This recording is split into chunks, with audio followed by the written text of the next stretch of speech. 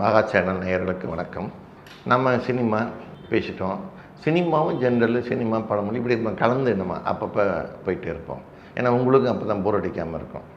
எப்படி இப்போது பழமொழிகளை பற்றி கொஞ்சம் பேசிக்கலாம், தெரிஞ்சுக்கலாம். ஒரு கல்யாணம் நடக்குதுன்னா என்ன பண்ணுவாங்க, எல்லா வேலையும் நடந்துகிட்ருக்கோம். அப்போ என்ன 1000 பொய் சொல்லியாவது ஒரு கல்யாணத்தை பண்ணணும் அப்படின்னு சொல்லுவாங்க. ஏன் அந்த 1000 பொய் அப்படிங்கிறது வந்துச்சுங்கிறது யாருக்கும் தெரியாது. அதாவது கஷ்டத்தை சொல்லுவாங்க, நகை போட முடியல, துணி எடுக்க முடியல, அதனால் 1000 பொய் சொல்லி இருக்குது அப்படின்னு சொல்லி பண்ணுறதுன்னு நம்ம நினச்சிட்ருக்கோம்.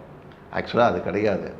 1000 பேரிடம் பொய் சொல்லி கல்யாணத்தை பண்ணணும் அப்படிங்கிறது தான் 1000 பொய் சொல்லியாவது ஒரு கல்யாணம் வந்துருச்சு. சரி, இதுதான் இப்படின்னா அடுத்ததாக ஒரு பழமொழி இருக்குது. அர்ப்பனுக்கு வாழ்வு வந்தால் அர்த்தராத்திரியில் கோடை பிடிப்பான் அப்படிப்பாங்க. அர்த்தராத்திரியில் கோடை பிடிப்பாம்பாங்க. எதுக்கு?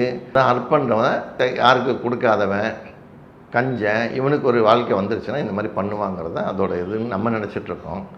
அது கிடையாது. ஆக்சுவலாக என்னென்னா, அர்ப்பணித்து வாழ்பவன் அர்த்தராத்திரியிலையும் கொடை புரிவான். அதாவது தன்னலம் கருதாது அடுத்தவனுக்கு உதவுறவன் அர்த்தராத்திரியில் போய் கதவை தட்டி நீங்கள் எதாவது கேட்டால் கூட கொடைனா தர்மம் புரிவான்.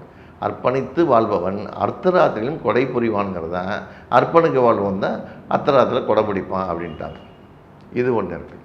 அதுக்கப்புறம் சட்டியில் இருந்தால் தானே அகப்பையில் வரும் அப்படிம்பாங்க.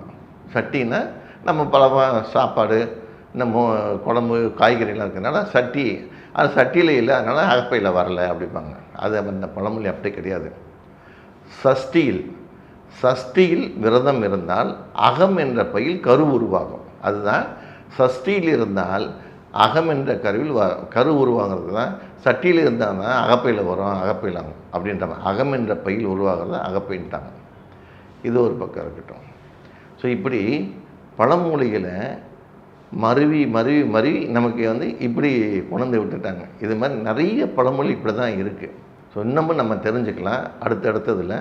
இன்னும் ஒரே சமயம் எல்லா பழமொழியும் சொல்லிட்டாலும் உங்களுக்கு போர் அடிச்சிடும். அடுத்ததில் நம்ம தெரிஞ்சுக்கலாம். நன்றி, வணக்கம்.